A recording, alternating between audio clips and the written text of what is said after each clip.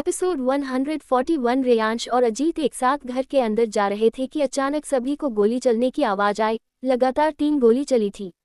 रेयांश और अजीत गोली की आवाज सुनकर अपनी जगह पर रुक गए। वही सारा ने जैसे ही गोली की आवाज सुनी, वो तुरंत ही सिया से अलग हुई और घर की तरफ भागने लगी। उसे सिर्फ और सिर्फ शान की फिक्र थी। सारा इतना ज्यादा डर गई थी कि उसके आंसू भी बहने लगे। सारा को भागता हुआ देखकर सभी उसके पीछे भागे। वही राम ने प्रेम को इशारा करके समझा दिया को गेस्ट को विदा कर दे। राम की बात सुनकर प्रेम और नैना गेस्ट को विदा करने लगे। हालांकि टेंशन उनके चेहरे पर भी थी, लेकिन नकली मुस्कान के साथ सभी गेस्ट को भेज रहे थे। घर के अंदर जैसे ही सब पहुंचे तो सामने का सीन देखकर सभी हैरान हो गए। हॉल में कम से कम 20 गार्ड्स गन लिए हुए खड़े थे। वही शान एक तरफ खड़ा हुआ था और अनु को 2 गार्ड्स ने पकड़ा हुआ था। अनु अभी भी चीख रही थी, भाई छोड़ो मुझे, ये आप क्या कर रहे हो? आप कैसे अपनी बहन को पकड़ सकते हो? लेकिन शान उसकी एक भी बात नहीं सुन रहा था। शान को सही सलामत देखकर सारा को बहुत खुशी हुई। वो तुरंत ही भागकर शान के पास गई और उसके गले लग गई। शान जो एक गार्ड को कुछ बता रहा था, सारा के ऐसे अचानक गले लगने से वो थोड़ा हैरान रह गया। लेकिन उसने सारा को गले लगा लिया। अचानक ही उसे अपने कोट पर सारा के आंसू महसूस हुए। शान ने सारा के माथे को चूम कर कहा, don't cry baby girl, I am of. देखो मुझे, सारा ना में सर हिलाने लगी। शान ने सारा के माथे को वापस से चूम कर उसके कान में कहा, बेबी गर्ल क्या करूं, मन तो मेरा भी तुमसे अलग होने का नहीं है। मैं तो तुम्हें बहुत सारा प्यार करना चाहता हूँ, लेकिन अभी तुम्हारी पूरी फैमिली हमें ही देख रही है, इसलिए अभी हमें अलग होना होगा। शान की बात सुनकर सारा झट से उससे अलग हो गई। उसने अपनी फैमिली की तरफ देखा जो उसे ही घूर कर देख रही थी। उनके ऐसे रिएक्शन को देख सारा थोड़ा डर गई। तभी उसने राम की तरफ देखा जो बिना एक्सप्रेशन के उसे ही देख रहा था। सेम हाल रेयांश और सौम्य का था। उन सभी को ऐसे देखकर सारा रोने ही वाली थी। शान ने तुरंत ही उसे वापस खींचकर अपने गले लगा लिया, जैसे वो सारा के दिल की बात समझ गया था कि सारा डरी हुई थी। इधर अनु गार्ड्स की तरफ देखकर कहती है, छोड़ो मुझे, क्या कर रहे हो तुम लोग जानते भी नहीं हो कि मैं किसके साथ हूँ। उसका नाम ही काफी है तुम्हें जहन्नुम में पहुंचाने के लिए, इसलिए मेरा कहना मानो और मुझे छोड़ो। लेकिन गार्ड्स ने उसकी कोई बात नहीं सुनी। शान ने उन्हें ऑर्डर देते हुए कहा, इसे ले जाओ और मेरी स्पेशल जेल में रखना, इससे तो मैं बाद में मिलता हूँ। शान की बात मानकर गार्ड्स अनु को के जाने लगे। अनु चीखने लगी। तभी उसने अजीत को देखा जो किरण के साथ खड़ा हुआ था। उसने अजीत से रोते हुए कहा, अजीत बेबी देखो ना भाई मेरे साथ क्या कर रहे हैं। तुम तो जानते हो ना मैं तुमसे कितना प्यार करती हूँ, तुम भी करते हो ना मुझसे प्यार, समझाओ ना भाई को। अजीत ने अनु से सीरियस होकर कहा, नहीं अनु मैं तुमसे प्यार नहीं करता हूँ, मैं किरण से प्यार करता हूँ और शादी भी उससे करूँगा। अजीत की बात सुनकर अनु और ज्यादा गुस्से से पागल हो गई। उसने चीखते हुए कहा, तुम झूठ बोल रहे हो, तुम्हारी शादी सिर्फ और सिर्फ मुझसे होगी, समझे तुम? अजीत ने कुछ नहीं कहा। गार्ड्स अनु को लेकर चले गए। वो चीखती रही, चिल्लाती रही, लेकिन किसी पर भी उसका कोई असर नहीं हुआ। अनु के जाने के बाद अजीत शान के पास गया और उसे साइड से गले लगाकर पूछा, यहाँ क्या हुआ था और इन सबको को तूने क्यों बुलाया था? और वो अनु यहाँ क्या कर रही थी? शान ने कहा, पहले तू सांस तो ले ले, एक साथ ही बोले जा रहा है। अजीत ने कहा, हाँ ले ली सांस, चल अब बता सब। शान ने कहा, जैसे ही मैं और बेबी गर्ल अंदर आए तो हमने देखा कि अनु ने किरण को बेहोश कर दिया था और खुद उसकी जगह दुल्हन बनकर बैठी हुई थी। मैंने अनु को बातों में उलझाया और तब तक बेबी ने किरण को उठा दिया था। फिर मैंने मौका देखते ही दोनों को वहां से भेज दिया और खुद अनु को समझाने लगा, लेकिन वो समझने को तैयार ही नहीं थी। उसने गन निकाल ली और मेरी तरफ पॉइंट कर दी। तुम तो जानते हो कि बचपन से डैड के कुछ स्पेशल गार्ड्स मेरी सेफ्टी के लिए हमेशा मेरे आसपास ही रहते हैं, इसलिए उनमें से एक गार्ड भी पार्टी में मेरे साथ ही था। जब उसने मुझे अंदर आते हुए देखा तो वो भी आ गया था। तभी उसने अनु को मेरे ऊपर गन पॉइंट करते हुए देख लिया और तुरंत ही एक्शन में आकर आसपास जितने भी लोग थे सभी को बुला लिया। तभी अनु ने फायर कर दिया मेरे ऊपर, लेकिन मैं बच गया। तभी मेरे गार्ड ने अनु के ऊपर 2 फायर किए और उसे पकड़ लिया। तभी आरव ने कहा, ओह अच्छा। तभी हमें 3 टाइम्स फायर की आवाज आई थी। आरव के बोलने पर सभी घूरने लगे तो वो छोटा बच्चा तुरंत ही सौम्य के पीछे छिप गया। राम ने कहा, ठीक है तो फिर सब क्लियर हो चुका है तो अब शादी हो जानी चाहिए, चलो सभी लोग बाहर। राम की बात सुनकर भी कोई अपनी जगह से नहीं हिला। उसने देखा कि सब शान और सारा को ही देर रहे थे तो राम ने आगे कहा, उनके बारे में शादी के बाद बात करेंगे। राम के कहते ही सब मंडप में चले गए। सारे मेहमान जा चुके थे, बस घरवाले ही रह गए थे। पूर्वी ने प्राची से कहा, आज तो मैंने पूरी फिल्म की शूटिंग देखी, मजा आ गया। प्राची ने उसे घूरते हुए कहा, ज्यादा मजा आ रहा है तो एक काम कर, यही रुक जा, फिर एक दिन तू इसी फिल्म में शूटिंग कर लेना। पूर्वी जल्दी से, अरे मैं तो मजाक कर रही थी, तुम तो सीरियस हो गई, मेरा इस तरह की शूटिंग करने का कोई इरादा नहीं है। प्राची ने उसे देखा, फिर सामने देखने लगी। सभी मंडप में पहुंच चुके थे। अजीत और किरण अपनी अपनी जगह बैठ गए। कुछ ही देर में पंडित जी ने मंत्र पढ़ने शुरू किए। विक्रांत ने मानवी का हाथ पकड़कर कहा, आज मुझे बहुत खुशी हो रही है, आज हम अपने बेटे की शादी कर रहे हैं। तुम्हारे साथ ये इतना लंबा सफर कैसे कटा, पता ही नहीं चला।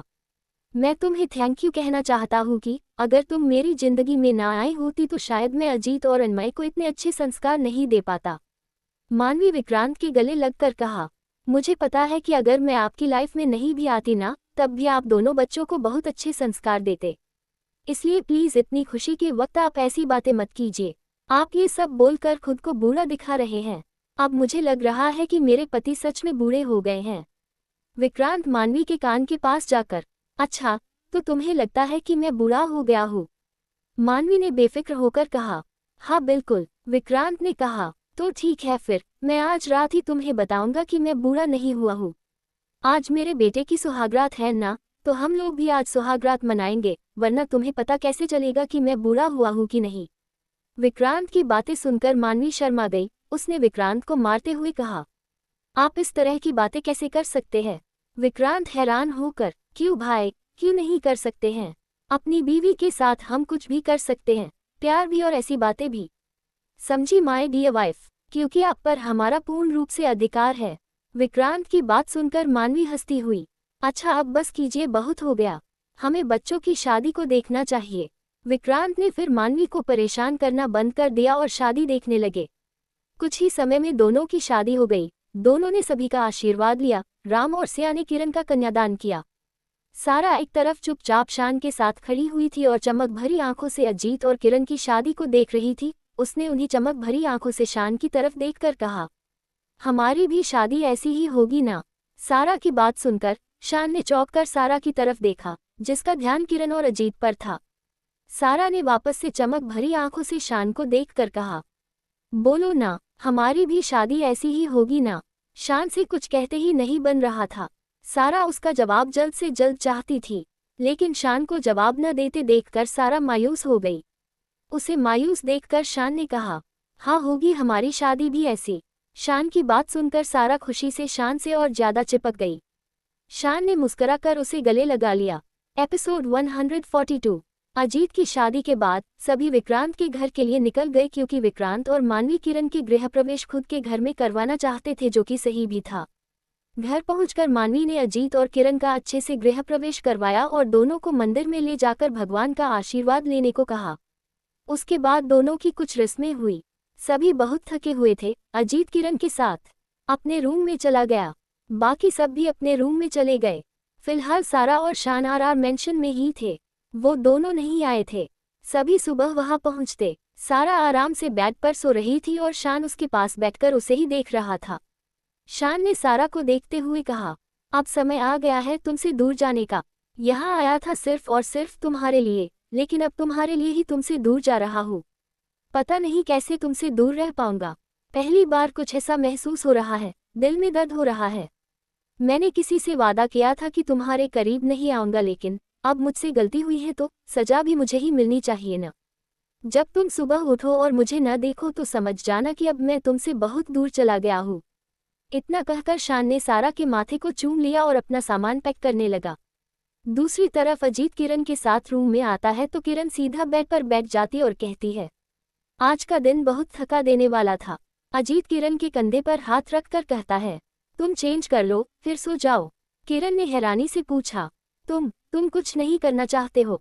अजीत किरण के गालों पर हाथ रखकर उसके माथे को चूम कर कहता है, वो तो हम कभी भी कर सकते हैं, लेकिन आज तुम्हें रेस्ट करना जरूरी, जाओ चेंज कर लो। किरण भी मुस्कुराकर चेंज करने चली जाती है। थोड़ी देर बाद दोनों चेंज कर बेड पर लेटे हुए थे। अजीत ने किरण को अपनी बाहों में ले लिया और कुछ ही देर दोनों नींद के आगोश में चले गए। अगली सुबह आर मेंशन में शान ने सारा को देखा। वो जाना तो नहीं चाहता था लेकिन वो अपने वादे के अनुसार मजबूर था। शान ने सारा के माथे को गहराई से चूम लिया और फिर बैग के साइड में रखी उसकी फोटो लेकर अपने बैग में रख ली और फिर उसे देखते हुए वहां से चला गया। शान की आंखों में हल्की नमी आ गई थी। उसने उन्हें साफ कर लिया। घर में किसी के न होने की वजह से उसे किसी ने जाते हुए नहीं देखा था। लगभग 1 घंटे बाद सभी मेंशन वापस आ गए क्योंकि सभी को शान और सारा के बारे में बात करनी थी और इससे किरण का पगफेरा भी हो जाता। घर के अंदर आते ही सभी सोफे पर बैठ गए। करण ने सिया से कहा, सिया, सारा को बुला लो। सिया ने चित्रा को देखा तो वो सर हिलाकर सारा को बुलाने चली गई। वही विक्रांत ने अजीत को कहा कि वो शान को बुलाकर लाए। अजीत भी शान के रूम की तरफ बढ़ गया। चित्रा सारा के रूम में गई तो वो उसे कहीं भी नहीं मिली। वो बाहर आकर उसे देखने लगी। वही बगल वाले रूम में अजीत शान को बुलाने आया था। उसने जैसे ही दरवाजा खटखटाया, अंदर से सारा की नींद भरी आवाज आई। कौन है? सुबह सुबह परेशान कर रहा है। सारा की आवाज सुनकर अजीत ने चित्रा को बुलाकर कहा। चित्रा जो सारा को ढूंढ रही थी, उसके बुलाने पर उसके पास जाकर कहा, जी भैया। अजीत ने कहा, अंदर सारा है, क्या मुझे ऐसे जाना चाहिए? एक काम करो, तुम चली जाओ। चित्रा ने हाँ में सर हिलाया और दरवाजा खोलकर अंदर आई तो देखा कि सारा किसी छोटे बच्चे की तरह आराम से अपने टैडी को गले लगा कर सो रही थी। चित्रा ने सारा के बालों में हाथ फेरा और उसे जगाते हुए कहा, सारा उठो, देखिए नीचे सभी लोग आ गए हैं। चित्रा की आवाज सुनकर सारा ने कसमसाते हुए अपनी आंखें खोली और कहा, ओहो भाभी आप, फिर जल्दी से उठकर, आप सभी लोग आ गए। चित्रा ने हमें सर हिलाया फिर पूरे रूम को देखते हुए कहा, शान कहाँ है? सारा ने कहा, कहीं बाहर गए होंगे, आ जाएंगे। आप चलो, मैं रेडी होकर आती हूँ। चित्रा ने हमें सर हिला दिया और रूम से बाहर चली गई। बाहर आकर चित्रा ने अजीत से कहा, भैया, सारा को उठा दिया है और शान भैया रूम में नहीं थे। अजीत ने और कहा और शान को कॉल करने लगा, लेकिन शान का फोन स्विच ऑफ बता रहा था। अजीत फोन को देखते हुए, कहाँ गया ये लड़का, अब फोन भी नहीं लग रहा है। तो वो नीचे चला गया। नीचे आकर अजीत ने शान का कॉल न लगने के बारे में बताया। सबने कहा कि वो परेशान न हो, कुछ ही देर में आ जाएगा वो। थोड़ी देर बाद सारा रेडी होकर नीचे आए। उसने पूरे हॉल में नजर घुमाई लेकिन उसे कहीं भी शान दिखाई नहीं दिया। शान को न देख सारा का चेहरा उतर गया था जिसे हॉल में मौजूद सभी लोगों ने देखा। सारा धीरे धीरे चलते हुए आए और सिया के पास जाकर बैठ गई। रेयांश ने अब और ज्यादा इंतजार न करते हुए सीधे सारा से सवाल किया, क्या कल रात तुम और शान साथ में थे? सारा ने हाँ में सर हिला दिया। रेयांश ने फिर से पूछा, तो कहाँ है अब वो? उसे पता था न कि आज हम सभी को उससे बात करनी है, तो फिर कहाँ है वो? सारा ने सर झुकाकर कहा, हमें नहीं पता। सारा की बात सुनकर रेयांश को गुस्सा आने लगा। उसने चिल्लाकर कहा, मुझे पता था कि ये लड़का सही नहीं है, लेकिन किसी ने मेरी बात नहीं मानी। मैंने उससे कहा भी था कि मेरी बहन से दूर रहे, लेकिन उसने मेरी नहीं सुनी और मेरी जान की फीलिंग के साथ खिलवाड़ किया उसने। रेयांश ने फिर अजीत की तरफ देखकर कहा, आपका तो दोस्त था न, फिर आपको क्यों नहीं पता कि वो कहाँ है? रेयांश की बात सुनकर अजीत से कुछ भी बोलते नहीं बना, तो बोलता भी क्या जब उसे खुद नहीं पता था कि शान कहाँ है। रेयांश ने इस तरह से चिल्लाने पर सारा ने धीरे से कहा, वो यही होंगे, आते ही होंगे। सारा की बात सुनकर रेयांश ने पलटकर उसकी तरफ देखा और अपना फोन उसके सामने रखकर कहा, अब कभी नहीं आएगा वो, छोड़कर चला गया है तुम्हें, तुमसे बहुत दूर। रेयांश की बात सुनकर सभी हैरान हो गए। सिया ने कहा, क्या बोल रहे हो तुम प्रिंस? शान यही कहीं होगा, आता ही होगा। रेयांश ने कहा, मम्मा आपको मुझ पर भरोसा नहीं है क्या? आप खुद ही देखिए, मुझे ये एमएसजी शान ने आज सुबह ही किया। उसने ही कहा कि वो यहाँ से हमेशा हमेशा के लिए जा रहा है। रेयांश को बात सुनकर सारा ने कांपते हाथों से फोन को पकड़ लिया और एमएसजी देखा। वो शान का नंबर अच्छे से जानती थी। उसकी आंखों से एक बूंद आंसू बाहर आ गया। सब उसे इस तरह से देखकर बहुत दुखी हो गए। सारा के आंसू धीरे धीरे निकलने लगे। सिया ने कसकर उसे गले लगा लिया, लेकिन सारा के आंसू में कोई बदलाव नहीं आया। राम जो इतनी देर से सब कुछ सुन और देख रहा था, उसने किसी को एमएसजी किया और फिर सारा से कहा, प्रिंसेस यहाँ आइए। सारा वैसे ही रोते हुए राम के पास गई। राम ने उसे कसकर गले लगा लिया और कहा, आप क्यों रो रही है? क्या आप शान से प्यार करती है? सारा ने हाँ में सर हिला दिया। राम ने आगे कहा, क्या वो भी आपसे प्यार करता है? सारा ने फिर से हाँ में सर हिला दिया। ठीक है तो फिर आप फिक्र मत कीजिए, शान को हम वापस लाएंगे। रेयांश ने तुरंत कहा। डैड इसकी जरूरत नहीं है, राम ने कहा। जरूरत है। रेयांश आगे भी बोलना चाहा, लेकिन फिर चुप हो गया। एपिसोड 143। सुबह से शाम हो गई, लेकिन शान का कोई पता नहीं चला। उधर सारा सुबह से अपने रूम में खुद को बंद कर लिया था। सबको उसकी बहुत टेंशन हो रही थी। रात का वक्त, राम के साथ साथ सभी जेंट्स अंदर आए। सारी लेडीज तुरंत ही उनके सामने जाकर पूछा, कुछ पता चला शान का? मानवी ने विक्रांत से पूछा। नहीं, जहां वो हो सकता था हमने हर जगह पता किया, लेकिन उसका कुछ पता नहीं चला। विक्रांत ने हताश होकर बैठते हुए कहा। सारी लेडीज विक्रांत की बात सुनकर चुपचाप बैठ जाती हैं। कुछ देर बाद अजीत ने कहा, डैड अब हमें चलना चाहिए। विक्रांत ने अजीत की बात सुनकर राम से कहा, मुझे अब चलना होगा यार, लेकिन अगर कुछ भी प्रॉब्लम हो तो तुम तुरंत ही बताओगे। राम ने सर हिला दिया। राम और विक्रांत खड़े होकर गले मिले। इधर सिया और मानवी भी, चित्रा और किरण भी एक दूसरे से मिले। सभी से मिलने के बाद वो पांचों लोग वहां से चले गए। राम ने सिया से पूछा, प्रिंसेस ने कुछ खाया? सिया ने उदास होकर कहा, सुबह से खुद को कमरे में बंद कर रखा है, अभी तो कुछ नहीं खाया है। राम ने कहा, ठीक है, आप लगाए खाने की प्लेट, आज मैं और मेरी प्रिंसेस साथ में खाएंगे। सिया ने सर हिला दिया और किचन में चली गई। किचन में चित्रा और नैना पहले से ही सबके लिए खाने को प्लेट लगा रही थी। सिया को देखते ही चित्रा ने तुरंत एक प्लेट उसकी तरफ बढ़ाकर कहा, ये लीजिए, इसमें सबके लिए है। चित्रा की बात सुनकर सिया मुस्कुरा दी और चित्रा के गाल पर हाथ रखकर कहा, मेरी प्यारी बच्ची, सबका ख्याल रखती है। चित्रा मुस्कुरा दी। सिया ने नैना से कहा, थैंक यू नैना, हेल्प करने के लिए। नैना ने तुरंत कहा, प्लीज भाभी, आप मुझे ये थैंक यू मत बोला करो, ये मेरी फैमिली है। सिया ने मुस्कुराकर कहा, बिल्कुल। फिर खाना लेकर बाहर आए और राम के साथ सारा के रूम की तरफ बढ़ गई। राम और सिया सारा के रूम के बाहर दरवाजे को नॉक करते हैं, लेकिन अंदर से कोई आवाज नहीं आती है। राम ने अपने पॉकेट से की निकाली और दरवाजे को खोला। सारा के रूम की की राम के पास हमेशा ही रहती थी। जैसे ही दोनों अंदर आए तो देखा कि सारा चुपचाप बेड पर लेटी हुई थी। उसे इस तरह से देखकर सिया की आंखों में आंसू आ गए। राम ने सिया को इशारा कि वो न रोए। सिया ने झट से अपनी आंखों की नमी साफ कर ली। वहीं उनके पीछे पीछे रेयांश और सौम्य भी आ गए। वो दोनों भी सारा को इस तरह से उदास देखकर बहुत हट हुए। राम सारा के पास उसके बेड पर बैठा और कहा, प्रिंसेस। राम की आवाज सुनकर सारा की आंखों में चमक आ गई और वो झट से उठकर बैठ गई और उसने राम के पीछे देखा, लेकिन उसे कोई नहीं दिखाई दिया। फिर राम से पूछा, डैड, शान आ गए न? कहाँ है वो? राम हैरानी से, डैड, आप मुझे डैड बोल रही है? सारा ने हाँ में सर हिलाकर कहा, हम आपको डैड ही तो बोलते थे बचपन में। आप वो सब छोड़ो, ये बताओ, आप शान को लाने गए थे, वो आए? कहाँ है वो? अच्छा नीचे है, कोई बात नहीं, मैं खुद जाकर उनसे मिल लेती हूँ। सारा जैसे ही उठने लगी, रेयांश ने तुरंत कहा, कोई जरूरत नहीं है जाने की, नीचे कोई नहीं है। शान हमारे साथ नहीं आया और नहीं अब कभी आएगा। वो छोड़ गया है वो तुझे जान, समझती क्यों नहीं है तू? रेयांश की बात सुनकर सारा बिना भाव के उसे देखने लगी। फिर आराम से बेड पर बैठकर कहती है, आज नहीं आए तो क्या हुआ भाई, कल आ जाएंगे।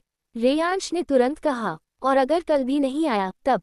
तो सारा ने आराम से कहा, मुझे उन पर भरोसा है, वो जरूर आएंगे। आपको जितनी भी शिकायतें हैं ना उनसे, देखना वो आपकी सारी शिकायतें दूर कर देंगे।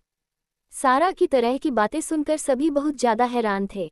कहाँ गई वो सारा, जो छोटी छोटी बातों पर उदास हो जाती थी, कोई जरा सा भी डांट दे तो रोने लग जाती थी। लेकिन ये सारा तो पूरी ही चेंज थी, एकदम नॉर्मल, जैसे वो कभी बीमार थी ही नहीं। राम ने सारा से कहा, बस बहुत बातें हो गई, चलो सब लोग खाना खाते हैं। राम के कहते ही सभी बेड पर बैठ गए। राम मुस्कुराते हुए सारा को खिलाने लगा। सारा बिना कोई हरकत किए चुपचाप खा रही थी। सभी ने मिलकर खाना खाया। सिया सारे बर्तन लेकर चली गई। सारा ने कहा, अब आप लोग भी जाए, मुझे सोना है। सारा की बात सुनकर सभी समझ रहे थे कि वो उदास है, लेकिन वो दिखाना नहीं चाहती थी। इसलिए राम ने रेयांश और सौम्य को चलने का इशारा किया। सभी बारी बारी से सारा के माथे को चूम गुड नाइट बोलकर अपने अपने रूम में चले गए।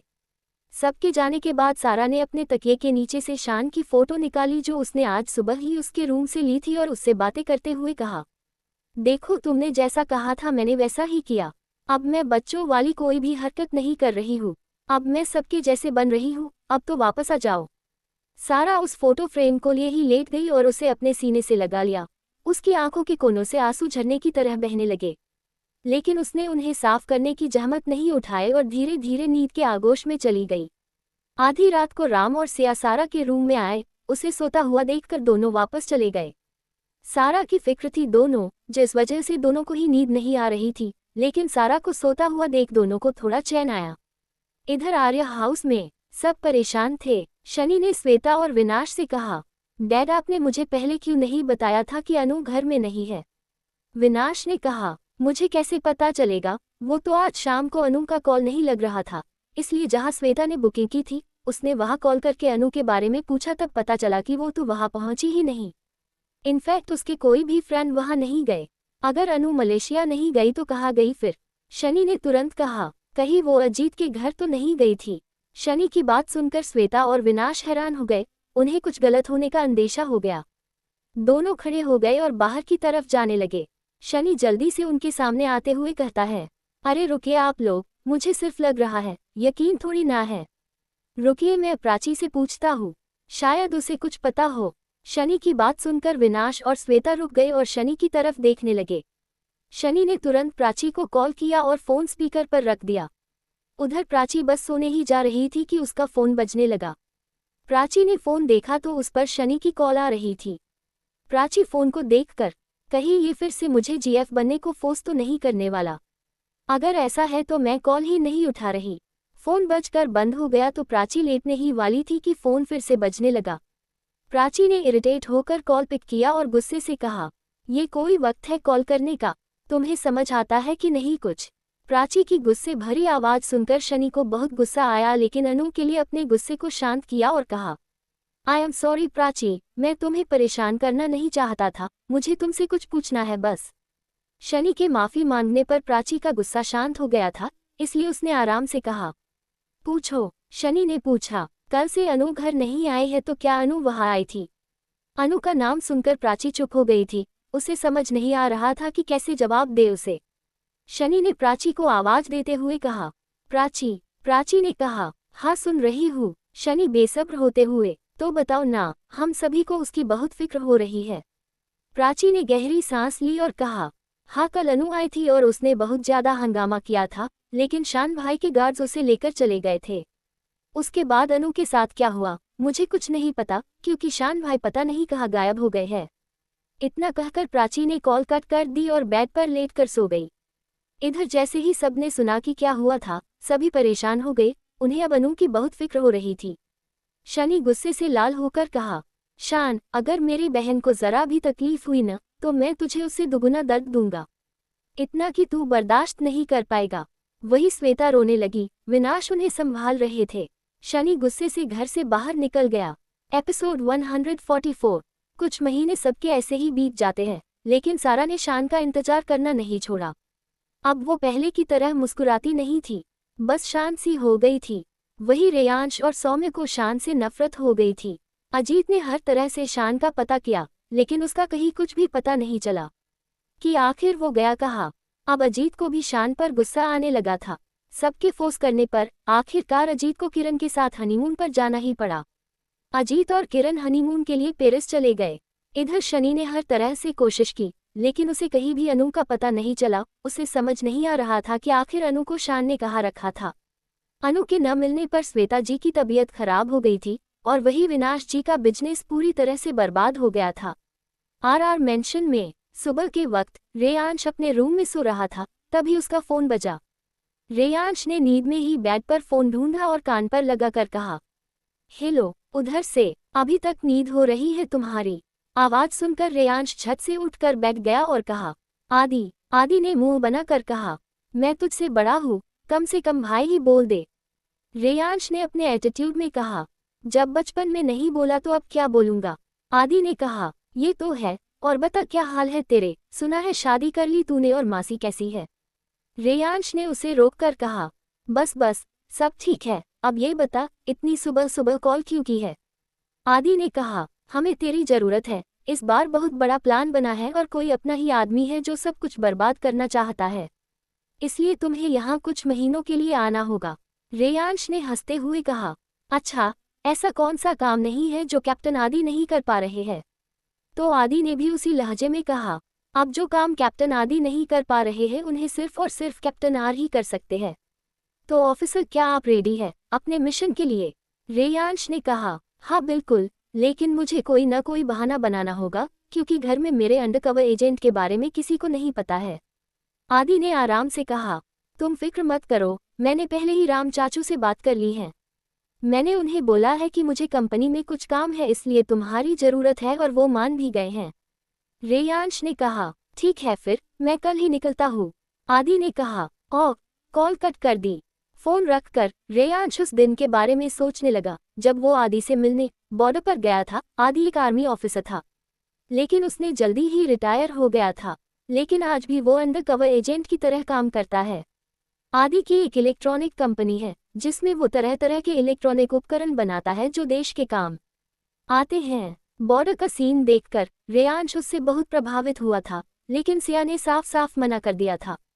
लेकिन फिर भी उसने सबसे छुपकर वो काम किया।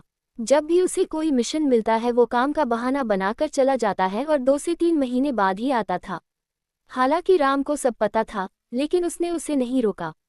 उसे रेयांश पर गर्व था कि वो माफिया न बनकर देश के लिए काम कर रहा है, लेकिन वो हमेशा उसकी हेल्प करता था कि उसका सच सबके सामने ना आए।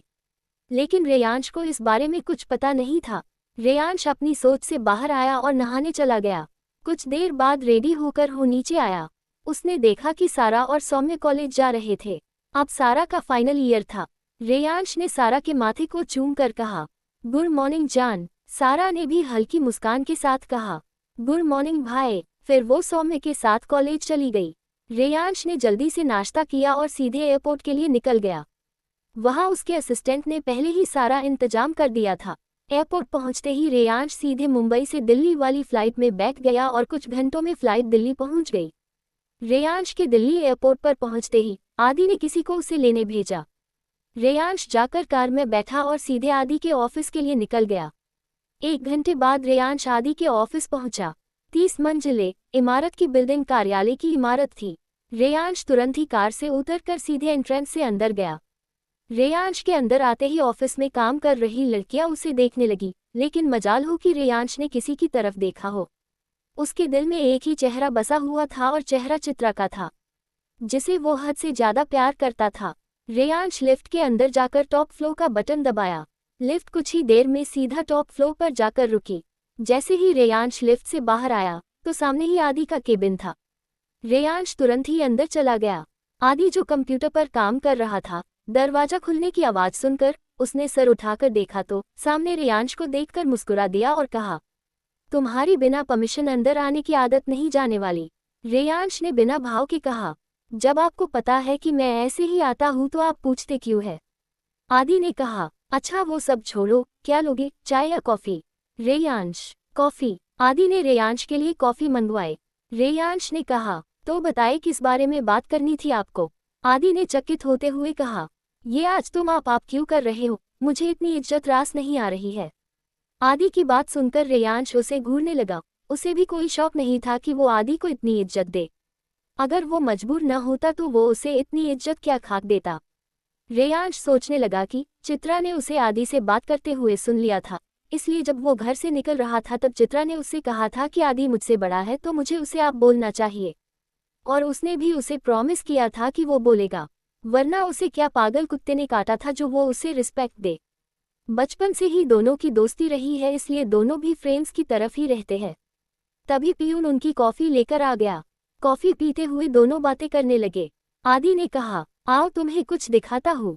आदि उसे अपने प्राइवेट रूम में ले गया। वहां से वो उसे एक बेसमेंट में ले गया, जिसका रास्ता ऑफिस के पीछे की तरफ से भी था। आदि और रेयांश दोनों सीढ़ियों से नीचे गए। वहां बेसमेंट में कुछ गार्ड्स थे। वहीं पर एक आदमी को बांध कर रखा गया था। उसकी बहुत ज्यादा बुरी हालत थी। रेयांश ने उसे देखकर कहा, ये कौन है? आदि ने उससे कहा, यही तुम्हारा मिशन है। रेयांश हैरानी से, मतलब? एपिसोड 145। आदि रेयांश को अपने प्राइवेट रूम में बने के एक बेसमेंट में ले गया, जहां उसने एक आदमी को बांध कर रखा हुआ था। कुछ गार्ड्स उसकी नजर के लिए रखे थे। रेयांश ने उस आदमी को देखकर आदि से पूछा, ये कौन है? आदि ने कहा, तुम्हारा मिशन? रेयांश हैरानी से, मतलब, मैं समझा नहीं। आदि ने रेयांश के कंधे पर हाथ रखकर कहा, इधर आओ, तुम्हें समझाता हूँ। आदि रेयांश को सामने दीवार पर लगी कुछ फोटोज दिखाकर कहता है, ये वो लड़कियां हैं जिनका हाल ही में हर शहर से किडनैप हुआ है।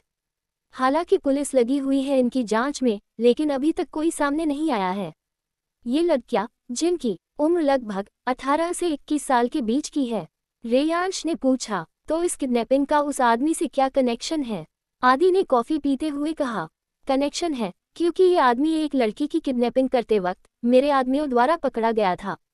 जिस समय मुझे इस खबर के बारे में पता चला, मैंने तुरंत ही अपनी टीम भेजकर पता करने को कहा। तभी ये आदमी हमारे हाथ लगा है और उसका कहना है कि ये आदमी आज से नहीं, बल्कि बहुत सालों से ये सब कर रहा है। पहले ये लोग गरीब परिवार की और अनाथ लड़कियों की किडनैपिंग करते थे, जिससे कभी इन लोगों के काम का पता नहीं चल पाया। लेकिन अब ये सब बहुत ज्यादा हो रहा है। अब ये लोग हर उस लड़की को अपना निशाना बना रहे हैं जिसकी उम्र लगभग 18 से 21 साल है, चाहे वो लड़की गरीब हो या अमीर। रेयांश ने कुछ सोचते हुए कहा, पता चला कि आखिर ये लड़कियां है कहाँ और कौन किडनैपिंग करता है इनकी? आदि ने कहा, ये पता चला है कि ये जिन लड़कियों की किडनैपिंग हुई है उन्हें कहीं पर रखा गया है। अभी तो ये पता नहीं चला है कि इन सब के पीछे कौन है, लेकिन जल्दी ही हम पता लगा लेंगे। रेयांश ने कहा, तो मेरा मिशन उन किडनैप हुई लड़कियों को वापस लाना है? आदि ने कहा, हाँ बिल्कुल, क्योंकि वो लोग जहाँ हैं वहाँ सिर्फ और सिर्फ तुम ही जा सकते हो। रेयांश ने कहा, ऐसी कौन सी जगह है जहाँ सिर्फ और सिर्फ मैं ही जा सकता हूँ? आदि आराम से बैठते हुए कहा, ब्लैक टाउन। ब्लैक टाउन सुनकर तो 1 मिनट के लिए रेयांश भी हैरान रह गया। ये जगह लंदन के एक ऐसे इलाके में है जहाँ सिर्फ और सिर्फ गलत काम होता है। पहले वो जगह राम के अंडर आती थी, लेकिन जब से राम ने माफिया छोड़ा है तब से वहाँ पर और ज्यादा गलत काम होने लगा है। क्योंकि सबको लगता था कि किंग मर गया है, वहाँ पर तो पुलिस भी जाने से डरती थी। आजकल वहाँ पर डेविस नाम का कोई वहाँ राज कर रहा है। उसने उस जगह को अपने अंडर कर लिया था। रेयांश ने गहरी सांस लेकर कहा, क्या किंग को वापस आना होगा? आदि ने कप को टेबल पर रखते हुए कहा, हाँ बिल्कुल, क्योंकि उसके बिना कोई काम नहीं होने वाला। रेयांश ने कहा, ठीक है फिर, मैं रेडी हूँ। आदि ने कहा, चलो फिर मैं तुम्हारे जाने की सारी तैयारियां करवाता हूँ कि तुम वहाँ क्या क्या लेकर जाओगे, जिससे तुम्हें ज्यादा परेशानी न हो। रेयांश ने हाँ में सर हिलाकर कहा, ठीक है, जब सारी तैयारियां हो जाए मुझे बता देना, मैं लंदन के लिए निकल जाऊंगा। आदि ने औक कहा। आदि से मिलकर रेयांश वापस फ्लाइट से मुंबई आ गया, जिस वजह से उसे रात हो चुकी थी। सभी सो चुके थे। रेयांश जैसे ही घर के अंदर आया तो देखा कि चित्रा सोफे पर बैठकर एक बुक पढ़ रही थी। चित्रा को देखकर रेयांश के होठों पर मुस्कान खिल गई। रेयांश चित्रा के पास गया और उसके हाथ से बुक लेकर नीचे रख दी। चित्रा ने चौंक कर सामने देखा तो रेयांश को देखकर वो झट से उसके गले लग गई। रेयांश ने भी उसे अपनी बाहों में भर लिया, फिर खुद से अलग कर अपनी गोद में उठाकर अपने रूम में ले जाने लगा। चित्रा ने कहा, रुकिए। रेयांश रुक गया और चित्रा को देखकर पूछा, क्या हुआ? चित्रा ने कहा, आप चलिए, मैं आपके लिए खाना लेकर आती हूँ। रेयांश ने सर हिलाया और चित्रा को किचन के पास छोड़कर अपने रूम में चला जाता है। चित्रा मुस्कुराती हुई किचन में चली गई और रेयांश के लिए खाने की प्लेट लगाने लगी। ऊपर फर्स्ट फ्लोर पर खड़ी सारा दोनों को देख रही थी। उसकी आंखों से आंसू बहने लगे। वो दौड़कर अपने रूम में चली गई और दरवाजा बंद कर वही घुटनों के बल बैठकर रोने लगी। आज रेयांश और चित्रा को इस तरह से देखकर उसे शान की याद आ गई, कैसे वो उसे इस तरह से प्यार करता था। सारा अपना चेहरा अपने घुटनों के बीच रखकर रो रही थी और उसके होठों पर बस एक ही नाम था, शान। सारा को शान के साथ बिताए हुए सारे पल याद आ रहे थे। सारा रोते हुए कहती है, तुमने ऐसा क्यों किया? क्यों गए मुझे छोड़कर? जब जाना ही था क्यों करीब आए? प्लीज वापस आ जाओ, I miss you so much. Please वापस आ जाओ शान। सारा वैसे ही रोते हुए दरवाजे से लगकर सो जाती है। दूसरी तरफ चित्रा खाना लेकर रूम में जाती है। तब तक रेयांश फ्रेश होकर कपड़े बदल लिया था। दोनों ने साथ में खाना खाया और फिर एक दूसरे की बाहों में सो गए। अगली सुबह रेयांश ने अपने जाने की खबर सबको दे दी थी। तभी सिया ने उसे चित्रा को भी साथ ले जाने को कहा। रेयांश तो वहाँ काम से जा रहा था, मगर वहाँ पर खुद का घर था, तो रेयांश चित्रा को ले जाने के लिए मान गया। तभी सारा नीचे आए और चुपचाप बैठकर नाश्ता करने लगी। सभी उसे देख रहे थे। इन 6 महीनों में वो पूरी तरह से बदल गई थी, बिल्कुल शांत और कम बोलने वाली। तभी प्राची ने कहा, सारा तुझे पता है, रेयांश भाई और चित्रा भाभी हनीमून पर जा रहे हैं। सारा मुस्कुराकर, ये तो बहुत अच्छी बात है, हैप्पी जर्नी भाई और भाभी। सारा दिल से दोनों के लिए खुश थी और वो खुश रहने की पूरी कोशिश कर रही थी, लेकिन जब दर्द इतना ज्यादा हो कि संभालता है तो उसकी तकलीफ चेहरे पर आ ही जाती है। सारा थोड़ा सा खाकर उठ जाती है और सौम्य से कहती है, भाई मैं आपका बाहर वेट कर रही हूँ, आप जल्दी आइए। रेयांश सारा को जाते हुए देखकर कहता है, डैड मुझे लगता है कि हमें जान को भी अपने साथ लेकर जाना चाहिए। लंदन में अपना घर है, वहाँ जान की बचपन की यादें हैं, वहाँ जाकर उसे अच्छा लगेगा और शान की यादों से भी बाहर आएगी, जो कि उसका बाहर आना बहुत जरूरी है। सौम्य भी रेयांश की बात पर एग्री होते हुए कहता है, हाँ डैड मुझे भी यही लगता है कि डॉल को वहाँ जाना चाहिए। सभी उन दोनों से एग्री थे। राम और सिया को भी सही लगा और सारा को साथ लेकर जाने की परमिशन दे दी। थोड़ी ही देर में सब ऑफिस के लिए निकल गए। रेयांश जैसे ही अपने केबिन में जाकर लैपटॉप ऑन करता है तो उसे आदि द्वारा भेजा गया एक ईमेल मिलता है जिस पर ब्लैक टाउन की सारी जानकारी थी और कौन उसकी हेल्प करने वाला था, सबकी इन्फॉर्मेशन थी। उसने देखा कि उसमें एक नया नाम था, मिस्टर एविल। रेयांश उस नाम को देखकर सोचने लगा कि ये कौन है। फिर उसने सोचा, जो भी है उसका पता वहां चल ही जाएगा। सारी इन्फॉर्मेशन पढ़ने के बाद रेयांश ने अपने ऑफिस का काम किया। काम करते हुए शाम हो गई। उसने अपने असिस्टेंट से कहकर अगले दिन की टिकट बुक करवा दी थी, क्योंकि उसे जल्द से जल्द इस केस को सॉल्व करना था। घर पहुंचकर उसने देखा कि सारा को सब मनाने की कोशिश कर रहे थे। तभी रेयांश सारा के पास आया और उसके माथे को चूम कर कहा, मैं तुझे ले जाना चाहता हूँ, क्या तू अपने घर नहीं जाएगी जहाँ तूने अपना बचपन बिताया है? और ये तो बिल्कुल मत सोचना कि हम तेरी वजह से टाइम स्पेंड नहीं कर पाएंगे। मैं वैसे भी काम से जा रहा था, इसलिए मुझे तो काम करना ही है। तू अपनी भाभी को लंदन घुमा देना। रेयांश की बात सुनकर सारा एग्री हो गई और रेयांश के गले लग गई। रेयांश ने भी उसे कसकर गले लगा लिया। रेयांश ने सबको बताया कि उन लोगों को कल ही निकलना है तो सभी तुरंत ही डिनर करके रूम में चले गए। सारा की पैकिंग सिया ने अच्छे से कर दी थी। चित्रा ने अपनी और रेयांश की पैकिंग कर ली थी। सारा अपने रूम में अपने हाथों में शान की फोटो लेकर बैठी हुई थी और उसे देख रही थी। फिर उस फोटो को चूम लिया जैसे वो शान को ही किस कर रही थी। सारा ने उस फोटो को देखते हुए कहा, और कितना तड़पाओगे, जल्दी वापस आ जाओ ना। आपको पता है हम आपको कितना मिस कर रहे हैं। कल हम लंदन जा रहे हैं। अगर हम यहाँ से चले गए और हम यहाँ आए तो, इसलिए मैं आपके लिए एक चिट छोड़ कर जा रही हूँ। अगर आप मुझसे मिलने आए तो आपको पता चल जाए कि मैं यहाँ नहीं लंदन में हूँ और आप मुझसे मिलने वहाँ आ जाओ। सारा की बातें दरवाजे पर खड़े होकर रेयांश और सौम्य सुन रहे थे। उन्होंने चुपचाप दरवाजा बंद कर दिया और बाहर आ गए। सौम्य ने कहा, भाई डॉल तो शान को भूल ही नहीं पाए अभी तक। रेयांश ने कहा, उस पर शान का गहरा असर है, वो इतनी जल्दी नहीं जाएगा। उसका बस एक ही रास्ता है। सौम्य ने कहा, वो क्या भाई? रेयांश ने कहा, वो तो लंदन जाने पर ही पता चलेगा। ये जान के लिए सरप्राइज है। तुम फिक्र मत करो, तुम्हें भी पता चल जाएगा। अब तुम जाकर सो जाओ। मैं भी जाता हूँ। सौम्य ने सर हिला दिया और दोनों अपने अपने रूम में चले गए। राम का रूम। सिया ने राम के सीने पर अपना सर रखा हुआ था और राम उसे अपनी बाहों में भरकर लेटा हुआ था। सिया ने राम से पूछा, हम बुढ़िया को लंदन भेजकर सही तो कर रहे हैं ना? राम ने कहा, हाँ, इससे ही हमारी प्रिंसेस शान की यादों से बाहर आएगी। सिया ने कहा, आपको क्या लगता है कि शान वापस आएगा? क्या हमारी बेटी कभी उसे भूल पाएगी? राम ने आराम से कहा, अगर दोनों का प्यार सच्चा है तो दोनों एक दिन जरूर एक होंगे। हाँ, अभी मुश्किलें हैं, लेकिन इन्हें ही पार कर ही दोनों एक दूसरे का सच्चा प्यार पा पाएंगे। अगर कोई एक भी डगमगाया तो वो दूसरे से बहुत दूर हो जाएगा। अब देखना यह है कि क्या हमारी बच्ची भी हमारी तरह अपना प्यार पा पाएगी। सिया ने उदास होकर कहा, मुझसे मेरी बच्ची की हालत नहीं देखी जा रही है। राम ने कहा, तो क्या मुझे बर्दाश्त है अपनी प्रिंसेस की आंखों में आंसू, लेकिन मैं इस मामले में कुछ नहीं कर सकता। जो करना है शान और सारा को ही करना है। तुम बस इंतजार करो, जब हमारी बच्ची वापस आएगी तो वो पहले जैसी ही होकर आएगी। तुम देखना। सिया ने कहा, आपको इतना यकीन कैसे है? राम ने कहा, बस मुझे लग रहा है। चलो अब सो जाओ, बहुत बातें हो गई। कुछ ही देर में दोनों नींद के आगोश में चले जाते हैं। एपिसोड 146। अगली सुबह रेयांश, सारा और चित्रा सबसे मिलकर एयरपोर्ट के लिए निकल गए। अब यहाँ से सारा का एक नया सफ़र शुरू होने वाला था। अब देखना यह है कि कौन सारा के इस नए सफ़र में जुड़ता है। एक दिन बाद फ्लाइट लंदन एयरपोर्ट पर लैंड हुई। तीनों एयरपोर्ट से बाहर आए। वहाँ पहले से ही उनके मेंशन की देखभाल करने वाला बटलर उन्हें लेने आया था। रेयांश बटलर के सामने आकर कहता है, कैसे है अंकल? बटलर, मैं ठीक हूँ बेटा, और हमारी प्यारी बिटिया कैसी है? सारा मुस्कुराते हुए, मैं भी ठीक हूँ अंकल।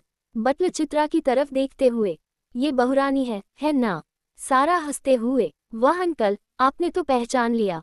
बटलर ने खुश होते हुए कहा, अरे ऐसे कैसे नहीं पहचानते, इतनी सुंदर जो हैं। चित्रा ने झुककर उनके पैर छू लिए। बटलर जल्दी से पीछे होते हुए, अरे नहीं नहीं बेटा, आप मालकिन हैं, आपका हमारा पैर छूना सही नहीं है। चित्रा ने मुस्कुराते हुए कहा, आप मुझसे बड़े हैं, तो मेरा आपका आशीर्वाद लेना जरूरी है। जब आपको मेरे पति इतना सम्मान दे रहे हैं तो मुझे भी देना होगा। प्लीज मुझे न रोके। बटलर मुस्कुराते हुए, बहुत अच्छी बहू ढूंढी है साहब ने। चलो बच्चों बैठो, शाम हो रही है। सभी कार में बैठ गए। रेयांश बटलर के साथ आगे और सारा चित्रा पीछे। सारा पूरे रास्ते को देखती हुए आ रही थी। भले ही वो लंदन में रही थी इतने साल, लेकिन राम ने उसे कभी घर से बाहर निकलने ही नहीं दिया, और कभी ले भी गए थे इतनी सिक्योरिटी होती थी कि वो कभी ज्यादा कुछ देख ही नहीं पाती थी। कुछ देर बाद सभी विला पहुंच गए। विला बहुत ही ज्यादा खूबसूरत था। चित्रा तो उसकी खूबसूरती ही देखती रह गई थी।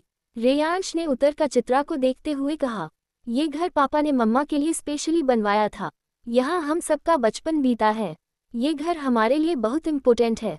चित्रा ने रेयांश को देखते हुए कहा, फिर तो ये मेरे लिए भी उतना ही जरूरी है जितना आपके लिए। रेयांश उसकी बात सुनकर मुस्कुरा दिया और उसका हाथ पकड़कर अंदर लाने लगा। सारा पहले ही अंदर जा चुकी थी। रेयांश और चित्रा ने एक साथ घर के अंदर कदम रखा। चित्रा घर को देखते हुए अंदर आ रही थी। घर बहुत ही ज्यादा खूबसूरत था। यहाँ हर एक चीज सिया द्वारा सजाई गई थी। ये घर सिया के प्यार और उसके होने से घर बना था। चित्रा को यहाँ बिल्कुल घर वाली फीलिंग आ रही थी। उसके चेहरे पर मुस्कान जा ही नहीं रही थी। सारा चित्रा को देखते हुए कहती है, भाभी आपकी मुस्कान बता रही है कि आपको ये घर बहुत पसंद आया। चित्रा मुस्कुराते हुए कहती है, हाँ सारा, मुझे यहाँ न माँ के होने का एहसास हो रहा है। ऐसा लग रहा है कि जैसे माँ यही है। रेयांश चित्रा को लेकर सोफे पर बैठकर कहता है, बिल्कुल, क्योंकि इस घर को मम्मा ने अपने हाथों से सजाया है। यहाँ उनकी यादें और उनका एहसास दोनों है। सारा ने उदास होकर कहा, मुझे न अभी से मम्मा की याद आ रही है। चित्रा ने तुरंत कहा, तो आ जा मेरे पास, मैं कोशिश करूंगी कि तुम्हें माँ जैसा प्यार देने की। सारा मुस्कुराकर चित्रा के गले लगकर कहती है, मेरी प्यारी भाभी। चित्रा सारा के माथे को प्यार से चूम लेती है। रेयांश दोनों को देखकर बहुत खुश था। उसे अब सारा की टेंशन नहीं थी, क्योंकि चित्रा थी उसे संभालने के लिए। इसलिए वो आराम से अपने काम पर फोकस कर सकता था। उसके बाद सभी अपने अपने रूम में फ्रेश होने चले गए। 1 घंटे बाद सभी डिनर करने के लिए नीचे आते हैं। डिनर में सब कुछ सारा की ही पसंद का बना था। सिया ने पहले ही बटलर को कॉल करके बोल दिया था कि खाना सारा की पसंद का ही बनाए। वो जानती थी कि सारा किस दर्द से गुजर रही थी, इसलिए वो उसे हर तरह से खुश करना चाहती थी। सारा अपनी पसंद का खाना देखकर बहुत खुश हो जाती है और अच्छे से डिनर करती हैं। उसे खाते हुए देखकर चित्रा और रेयांश रिलैक्स हो जाते हैं। सभी अपना अपना डिनर कर रूम में सोने चले जाते हैं। रेयांश चित्रा को अपनी बाहों में लिए सो रहा था। वही सारा शान की फोटो को अपने सीने से लगाए सो रही थी। अगली सुबह सारा की नींद रेयांश के दरवाजा नॉक करने से खुली। वो धीरे से उठी, तभी उसकी नज़र शान की तस्वीर पर पड़ी। उसने जल्दी से उसे अपने तकिए के नीचे छुपा दिया। वो नहीं चाहती थी कि रेयांश इसे देखे और नाराज हो। सारा ने जल्दी से उठकर दरवाजा खोला और रेयांश को देखकर कहा, भाई आप इतनी सुबह? रेयांश सारा को देखते हुए आगे बढ़कर उसके माथे को चूमकर गुड मॉर्निंग कहता है। सारा भी रेयांश के गले लग जेम कहती है।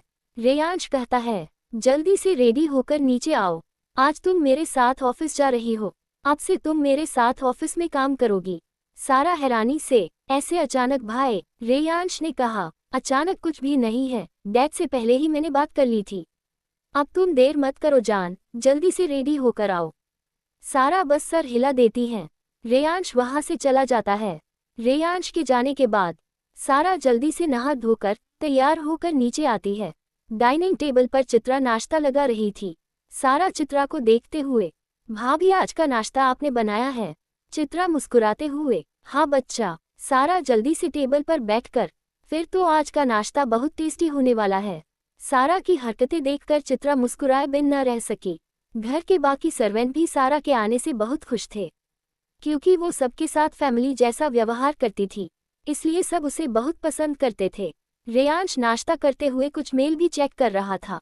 जब से वो सभी यहाँ से इंडिया गए थे, तब से उसने इधर ज़्यादा ध्यान नहीं दिया था, इसलिए अपने असिस्टेंट से कहकर वो सारी इन्फॉर्मेशन लेकर चेक कर रहा था।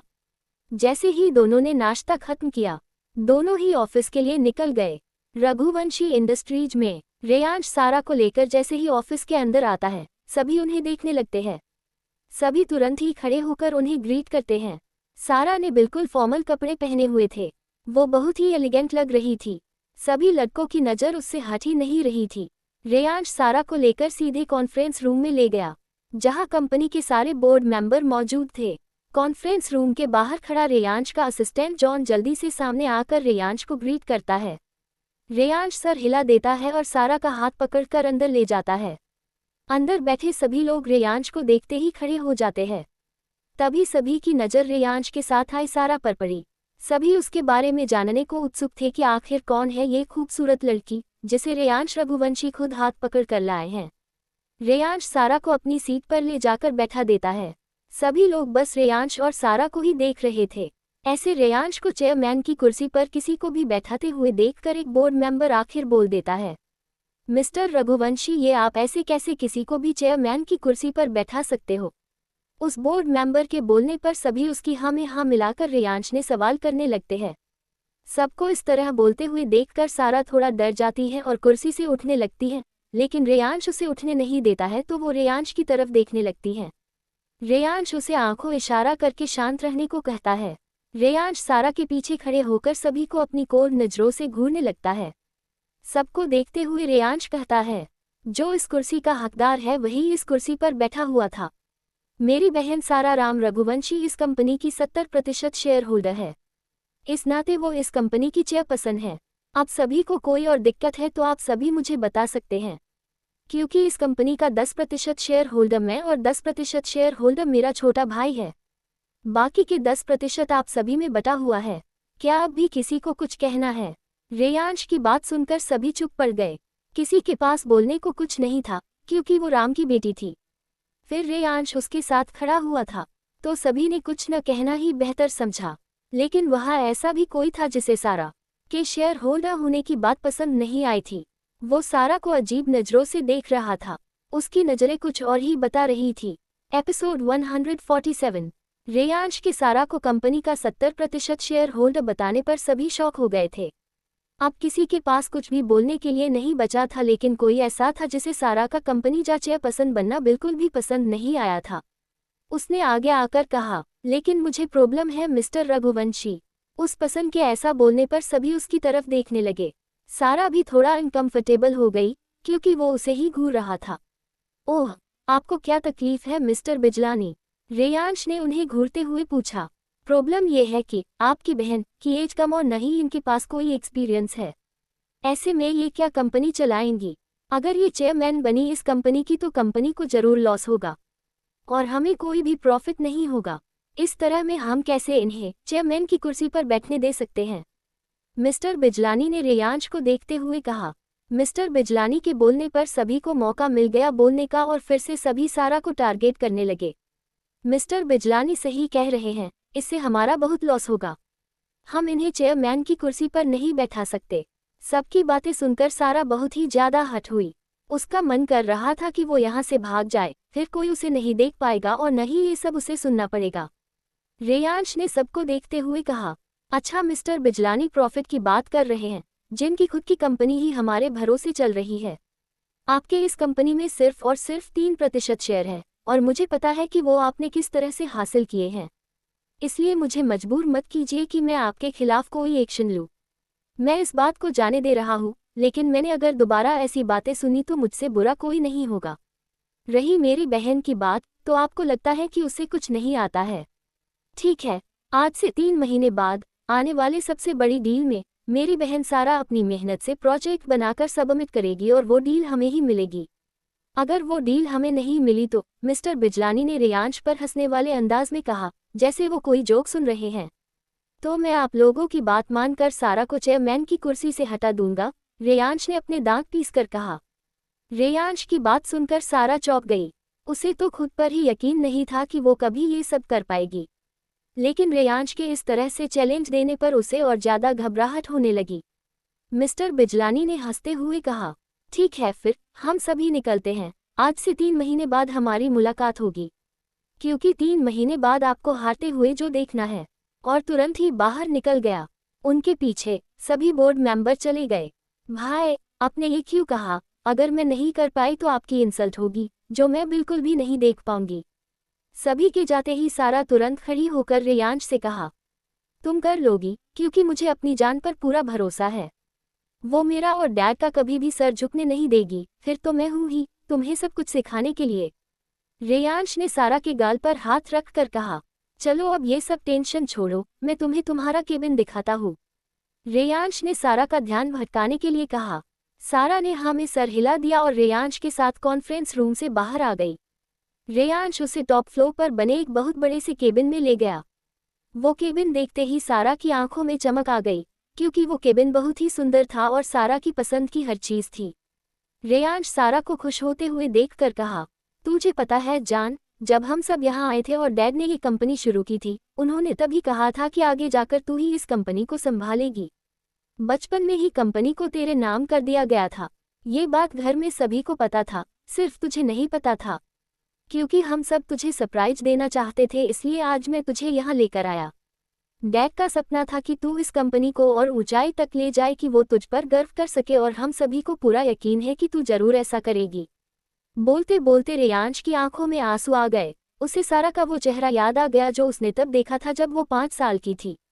खून से लथपथ सारा को देखकर सभी को लगा कि वो अब जी ही नहीं पाएंगे। उन्हें नहीं लगा था कि सारा बचेगी, लेकिन वो बच गई और आज हमारे साथ है। सारा झट से उसके गले लग गई और रोने लगी। आई एम सॉरी भाई, मैं डर गई थी, लेकिन अब मैं बहुत ज्यादा मेहनत करूंगी और इस कंपनी को और ज्यादा ऊंचाई पर ले जाऊंगी, जहां आपको, डैड को, मम्मा को, सभी को मुझ पर गर्व होगा।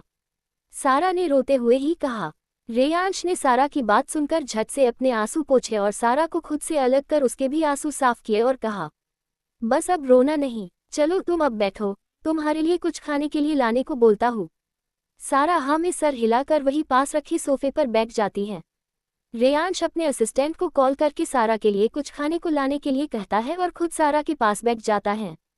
थोड़ी देर बाद जॉन सारा के लिए स्नैक्स लेकर आता है। सारा उसे मजे से खाती है। रेयांश सारा से कहता है, अब तुम्हारा नाश्ता हो गया है तो अब तुम ऑफिस का काम सीख सकती हो। इसके लिए मैंने तुम्हारे लिए किसी को अपॉइंट किया है जो तुम्हें बहुत अच्छे से सारी चीज सिखा सकता है। सारा ने हैरान होकर पूछा, मुझे कोई और क्यों सिखाएगा, आप क्यों नहीं सिखाओगे? रेयांश ने कहा, मुझे कुछ काम है तो मैं तुम्हें प्रॉपर टाइम नहीं दे पाऊंगा। फिर सारा को देखता है जिसका चेहरा उदास हो गया था। रेयांश ने सारा को सर पर हाथ रख कर कहा, जान तुम फिक्र मत करो, वो मेरा बहुत अच्छा दोस्त है, तुम उसके साथ बिल्कुल कंफर्टेबल रहोगी। फिक्र मत करो, अच्छा मैं जाता हूँ, अभी वो थोड़ी देर में आता होगा। लेकिन भाई, सारा ने कुछ कहना चाहा, लेकिन उससे पहले ही रेयांश जा चुका था। सारा बस अपना मन मारकर रह गई थी और गुस्से से दरवाजे को घूर कर देख रही थी। एपिसोड 148। रेयांश के जाने के बाद सारा मुंह फुलाकर बैठ गई। वो कुछ देर ऐसे ही बैठी रही, फिर उठकर विंडो के पास चली गई और बाहर का नजारा देखने लगी। तभी कोई दरवाजा खोलकर अंदर आया। सारा बाहर का व्यू देखने में इतनी खोई हुई थी कि उसे पता ही नहीं चला कि कोई उसके केबिन में आ गया है।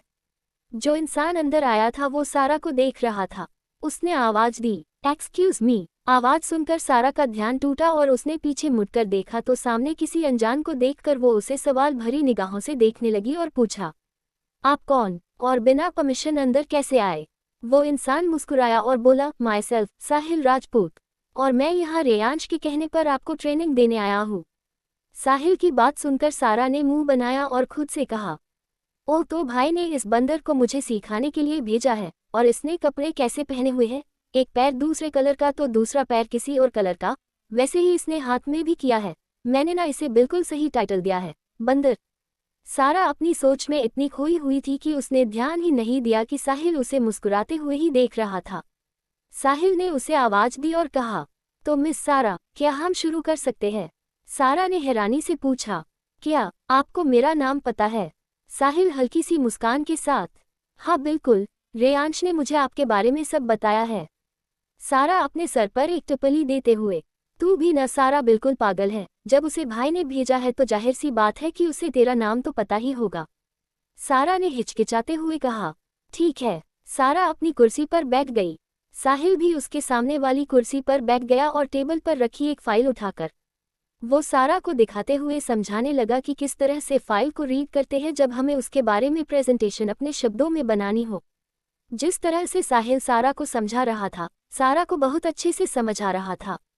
2 घंटे बाद साहिल ने सारा को जितना भी समझाया उसे सब कुछ समझ आ गया और वो मन लगाकर काम कर रही थी। साहिल वहीं बैठकर चुपचाप उसे ही देख रहा था। दूसरी तरफ रेयांश जॉन के साथ ब्लैक टाउन के लिए निकल गया था। वहां पहुंचकर उसने अपने डैड के आदमियों को एक साथ किया और वहां की जानकारी लेने लगा। सब उसे एक एक बात बता रहे थे। सबकी सुनने के बाद रेयांश ने कहा, मतलब इस बार ये इतना आसान नहीं होने वाला। वो लोग इन सालों में बहुत ज्यादा ताकतवर हो गए हैं। फिर उसने उन लोगों को देखते हुए कहा, तुम सब किंग की वापसी की खबर फैला दो। मैं देखना चाहता हूँ कि वो लोग क्या करते हैं ये खबर सुनकर। फिर उसने जॉन की तरफ देखते हुए कहा, सारे कैमरे लग गए। जॉन ने सर हिला दिया। रेयांश ने खड़े होकर कहा, अब मैं जा रहा हूँ, तुम लोगों को कुछ भी पता चले तुरंत इन्फॉर्म करना। सबने जी बॉस कहा। रेयांश वहां से तुरंत ही घर के लिए निकल गया क्योंकि उसे घर पहुंचते हुए रात जो होने वाली थी। इधर ऑफिस में सारा ने काम खत्म कर टाइम देखा तो शाम हो चुकी थी। वो गेट की तरफ देखने लगी। वो उदास होकर सोच रही थी कि भाई कहाँ रह गए, अभी तक आए नहीं। साहिल ने सारा को देखते हुए पूछा, चलिए मैं आपको घर छोड़ देता हूँ। सारा जल्दी से, नहीं इसकी कोई जरूरत नहीं है, भाई आते ही होंगे। तभी सारा का फोन बजा। सारा ने तुरंत कॉल पिक किया। उधर से रेयांश, जान साहिल के साथ घर चली जाओ, मुझे आने में लेट हो जाएगा और डरना मत, मैं जल्द ही आ रहा हूँ। सारा ने कॉल कट कर साहिल की तरफ देखा तो साहिल खड़े होते हुए कहा, चलिए मैं छोड़ देता हूँ। सारा चुपचाप खड़ी हो गई और साहिल के पीछे पीछे चलने लगी। ऑफिस से बाहर आकर साहिल ने अपनी कार की बैक सीट डोर ओपन किया। सारा तुरंत ही बैठ गई। सारा की घबराहट समझते हुए साहिल आगे ड्राइवर के साथ बैठ गया। कार सारा के घर की तरफ बढ़ी। लगभग 1 घंटे बाद सारा अपने घर पहुंची। सारा तुरंत ही कार से बाहर आई। साहिल भी बाहर निकला। सारा ने उसे थैंक यू कहा और तुरंत ही विला के अंदर चली गई। साहिल मुस्कुराते हुए सारा को देखने लगा, फिर वो अपनी कार में बैठकर चला गया। सारा जैसे ही अंदर आती है तो देखती है कि चित्रा डाइनिंग टेबल पर डिनर लगा रही थी। सारा तुरंत ही उसके गले लग जाती है और कहती है, भाभी कैसी हो आप, कैसा रहा आपका दिन? चित्रा मुस्कुराते हुए, भाभी तो बिल्कुल ठीक है और उनका दिन भी अच्छा था। तुम बताओ तुम्हारा दिन कैसा रहा बच्चा? सारा चित्रा से अलग होकर कुर्सी पर बैठकर, ठीक ठाक था भाभी। आपको पता है डैड ने कंपनी का 70% शेयर मेरे नाम कर दिया है।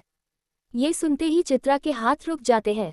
सारा चित्रा के एक्सप्रेशन पर ध्यान ही नहीं दिया, वो तो अपनी ही धुन में बोले जा रही थी।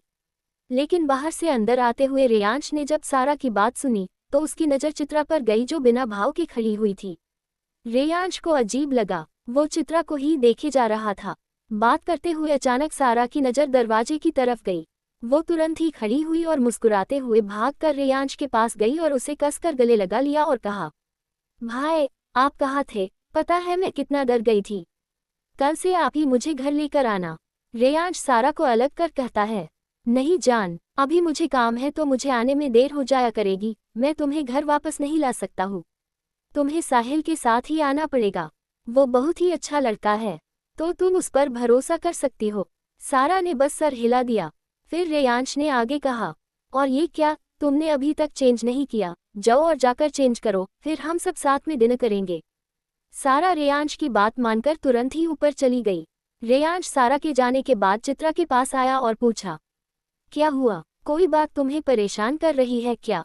चित्रा ने गुस्से से रेयांश की तरफ देखा और कहा, डैड ने क्यों सारा को 70% शेयर उसके नाम कर दिए? मुझे ये बात बिल्कुल पसंद नहीं आई। रेयांश हैरानी से, इसका क्या मतलब है कि तुम्हें ये बात पसंद नहीं आई? ये फैसला डैड का है और इसमें हम लोग कुछ भी नहीं कर सकते हैं। इतना कहकर रेयांश सीधे ऊपर अपने रूम की तरफ चला गया। चित्रा बस उसे गुस्से से देखती रह गई। उसे सारा का कंपनी का ओनर बनना बिल्कुल भी पसंद नहीं आया था।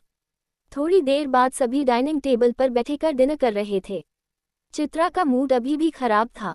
सारा उससे बात कर रही थी लेकिन चित्रा सही से जवाब नहीं दे रही थी, जिसे रेयांश भी देख रहा था और उसे चित्रा पर गुस्सा आ रहा था।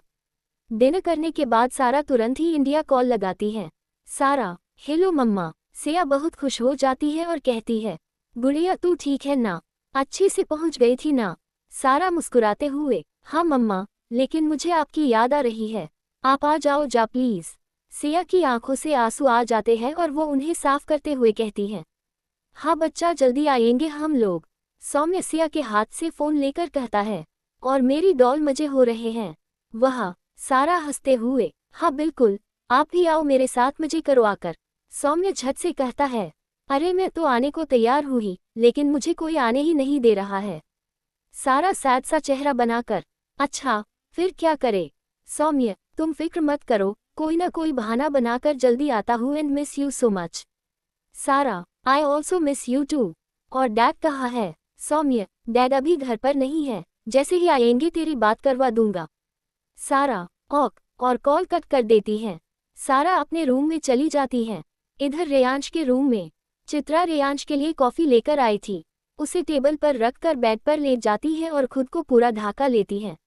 रेयांश जब रूम में आता है तो कॉफी को टेबल पर देखता है, फिर चित्रा को देखता है जिसने खुद को पूरी तरह से कवर कर रखा था।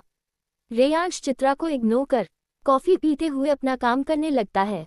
जब चित्रा को महसूस हुआ कि रेयांश रूम में आ गया है तो उसने चादर हटाकर देखा तो सामने रेयांश काम करते हुए दिखाई दिया। चित्रा को गुस्सा आ गया। वो खड़ी हुई और रेयांश के सामने जाकर खड़ी हो गई। रेयांश ने बिना चित्रा को देखे ही पूछा, क्या बात है। चित्रा ने तुरंत कहा, आप डैड से कहिए कि सारा के नाम के जितने भी शेयर है वो सारे आपके नाम कर दे। चित्रा की बात सुनकर रेयांश ने चौंक कर चित्रा को देखा। उसने कहा, क्यों। इस वक्त वो अपने गुस्से को कंट्रोल करने की कोशिश कर रहा था। रेयांश ने अपने हाथों की मुट्ठियां बना ली थी। एपिसोड 149। चित्रा सारा के नाम शेयर होने पर बिल्कुल भी खुश नहीं थी। उसने रेयांश से कहा कि वो राम से बात करे और सारे शेयर खुद के नाम करवा ले, जिससे रेयांश को बहुत गुस्सा आया, लेकिन वो शांत ही रहा क्योंकि वो जानना चाहता था कि आखिर चित्रा चाहती क्या है।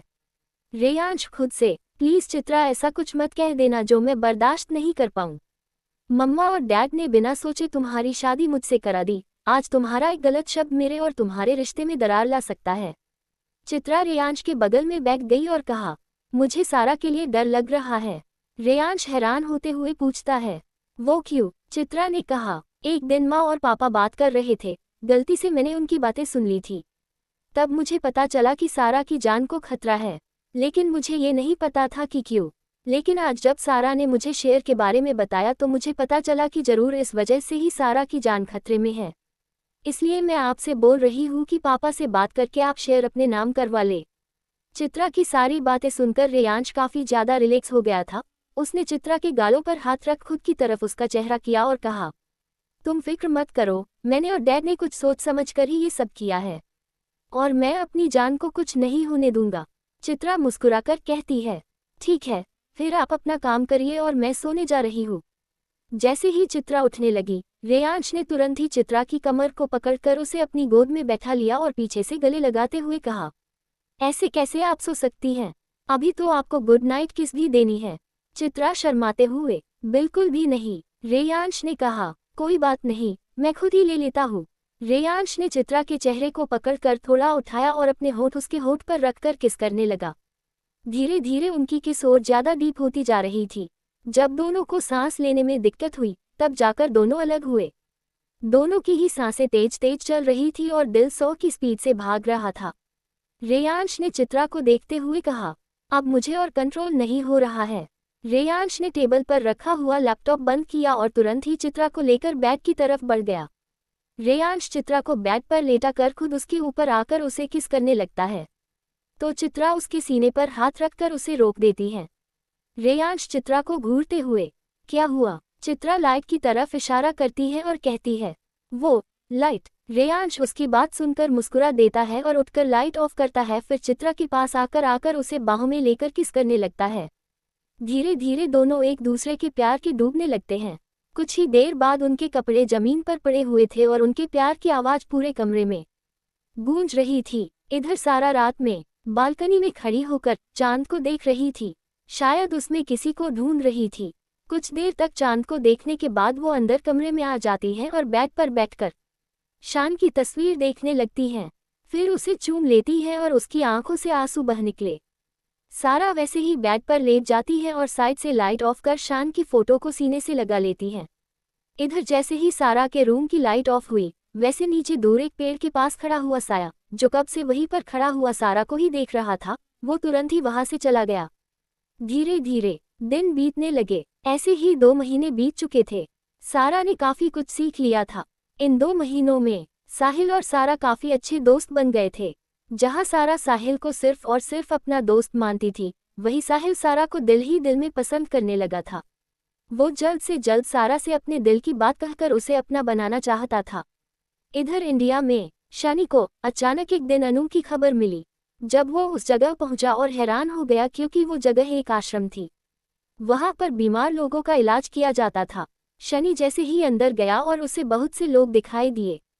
वो कुछ और आगे गया, तभी उसकी नज़र एक पेड़ के नीचे बैठी हुई लड़की पर पड़ी और योग साधना में लीन थी। शनि उसके पास गया। वो उसे पहचान गया था। ये उसकी बहन अनु थी। शनि ने अनु को आवाज दी, अनु। अनु ने आंखें खोली और सामने देखा। कुछ देर तक देखने के बाद फिर बहुत ही आराम से पूछा, आप कौन हैं? शनि ने जल्दी से कहा, अनु तूने मुझे नहीं पहचाना, मैं तेरा भाई शनि। अनु ने आंखें बंद करते हुए कहा, यहाँ सबका किसी से कोई न कोई संबंध जरूर होता है, लेकिन हम आपकी बहन नहीं है। तभी किसी ने अनु को आवाज दी, अनु भोजन का समय हो गया है, आ जाओ। आवाज सुनकर अनु खड़ी हुई और शनि को देखकर कहा, आप जिसे ढूंढ रहे हैं वो हम नहीं हैं, अब आप जा सकते हैं। अनु वहां से भोजन कक्ष की तरफ चली गई, जहां पर सभी जमीन पर बैठकर पत्ते पर खा रहे थे। शनि हैरान भरी नजरों से सब देख रहा था। वो सोच रहा था कि अनु इतनी सुधर कैसे गई। जिस लड़की के खाने में इतने नखरे थे, वो आज पत्तल पर खा रही थी। तभी वहां का केयरटेकर आता है और शनि से कहता है, मेरी इन्फॉर्मेशन के हिसाब से ये कुछ महीनों पहले दिमाग से बीमार थी, लेकिन जब से हमने उनको सेशन देना शुरू किया है तब से उनमें बहुत सुधार आया है। शनि ने पूछा, कौन लाया था इसे यहाँ? जैसे ही वो केयरटेकर कुछ बोलने ही वाली थी कि उसकी नज़र शनि के पीछे किसी इंसान पर पड़ी। वो उसे देखकर तुरंत कहता है, वो ले थे उन्हें। शनि तुरंत ही पीछे मुड़ा और सामने वाले इंसान को देखकर वो चौंक गया। उसे उम्मीद नहीं थी कि वो इंसान ये भी हो सकता था। एपिसोड 150। जब केयरटेकर ने बताया कि अनु को कोई यहाँ छोड़ गया था इलाज के लिए, तो शनि ने पूछा कि कौन है वो जो अनु को छोड़ गया था।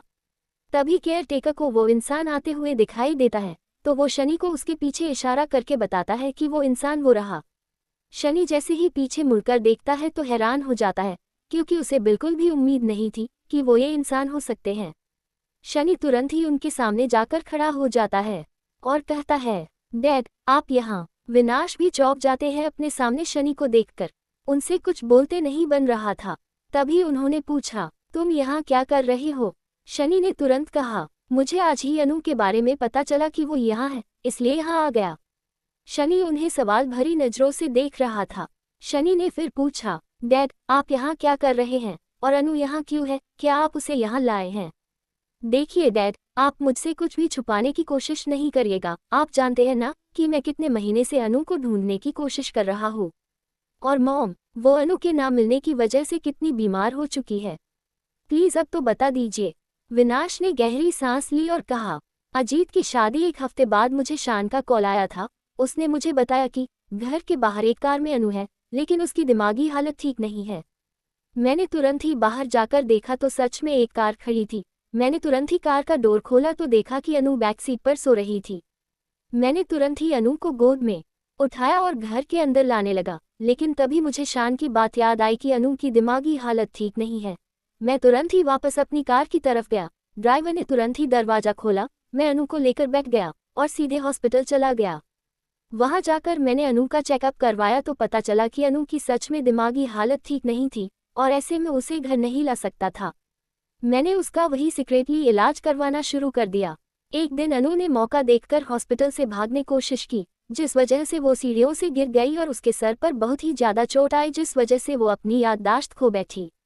उस दिन मुझे समझ नहीं आ रहा था कि मैं क्या करूं। मैं पूरी तरह से निराश हो चुका था। तभी एक डॉक्टर ने मुझे इस आश्रम के बारे में बताया तो मैं अनु को लेकर यहाँ आ गया। यहाँ अनु का इलाज चलने लगा। मैं उसे यहाँ हर हफ्ते देखने आता हूँ। यहाँ अनु की बीमारी ठीक होने लगी, जिससे मुझे बहुत खुशी मिली। शनि ने सब कुछ सुनने के बाद अपने डैड के हाथ पर हाथ रखकर कहा, डैड, तो आपने ये बात मुझे पहले क्यों नहीं बताई? आपको अकेले ही सारा दर्द नहीं सहना पड़ता। विनाश ने कहा, मैं तुझे इसलिए नहीं बताया कि कहीं तुझे तेरी माँ के आगे ये बात न निकल जाए। फिर खुद के चेहरे को हाथों में भरकर, ये मेरे ही बुरे कर्मों की सजा है जो आज मेरी बेटी भुगत रही है। काश मैंने वो सब नहीं किया होता तो आज का दिन न देखना पड़ता। लेकिन अब मैं ऐसा कुछ नहीं करूँगा। मैं आज ही राम को जाकर बताता हूँ कि उसकी बेटी की जान खतरे में है। जो सालों पहले नहीं हो पाया था, वो अब करेगा उसकी बेटी के साथ। मुझे उसे बताना होगा कि वो अपनी बेटी को बचा ले। शनि ने अपने डैड को संभालते हुए कहा, डैड, ये आप क्या बोल रहे हैं? आप चाहते हैं कि हम लोग राम अंकल को सब बता दें? लेकिन डैड, अगर उन्हें सच पता चला ना तो वो आपको ही जिंदा नहीं छोड़ेंगे। आप जानते भी आप क्या बोल रहे हैं। आप ये सब कुछ नहीं करेंगे। चलिए आप घर आराम करिए चलकर। लेकिन विनाश जी ने ठान लिया था कि वो राम को सब सच बताकर रहेंगे कि उनका पुराना दुश्मन वापस आ रहा है, किसी का बदला लेने। शनि विनाश जी को घर लेकर आता है और उन्हें उनके रूम में जाकर छोड़ आता है। बाहर आते ही उसका फोन बजने लगता है। शनि ने कॉलर आईडी देखी तो प्राची का कॉल आ रहा था और उसके नाम के आगे 2 दिल प्राची दिल दिल बने हुए थे। इन कुछ महीनों में प्राची और शनि काफी करीब आ गए थे। प्राची ने बहुत मदद की थी शनि की अनु को ढूंढने में, जिस वजह से शनि के दिल में उसके लिए सॉफ्ट कॉर्नर बन गया था और धीरे धीरे वो उसे सच में पसंद करने लगा। लेकिन उसने अभी तक उससे प्यार का इजहार नहीं किया था। शनि ने कॉल उठाया, हेलो प्राची, जल्दी से सन कैफे आओ। इतना कहकर प्राची ने कॉल कट कर दी। शनि बस हेलो हेलो करता रह गया। शनि खुद से, कमाल है ये लड़की, मेरी सुनी ही नहीं और अपनी सुनाकर कॉल कट कर दिया। चल शनि बेटा, कहीं देर न हो जाए। लंदन। अगली सुबह आज सारा अकेले ही ऑफिस जा रही थी कि तभी उसे रास्ते में एक पार्क में एक खरगोश दिखा। सारा ने तुरंत ही कार रुकवाए और उतरकर उधर चली गई। सारा ने तुरंत ही उस खरगोश को अपनी गोद में उठा लिया। तभी उसने देखा कि खरगोश के पैर में चोट लगी है।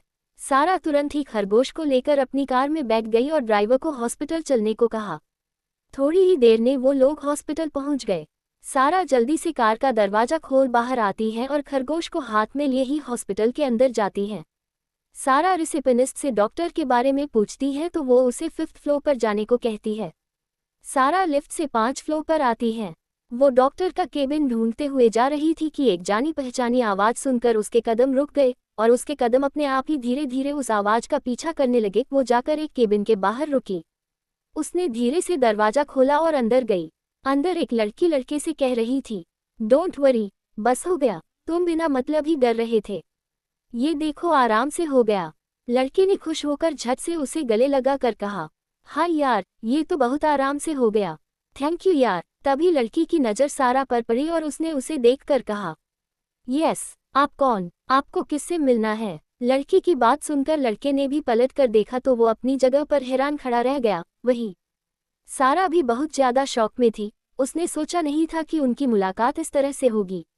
तभी लड़की ने कहा, बेबी 2 मिनट्स, शायद इन्हें मेरी हेल्प की जरूरत है। बेबी सुनकर सारा का माइंड काम करना ही बंद कर देता है। उसे लगने लगा कि ये उसकी जीएफ है, जिस वजह से उसकी आंखों से आंसू बाहर उसकी गालों तक आ गए। उसने तुरंत ही उन्हें साफ किए और वापस जाने के लिए मुड़ गई।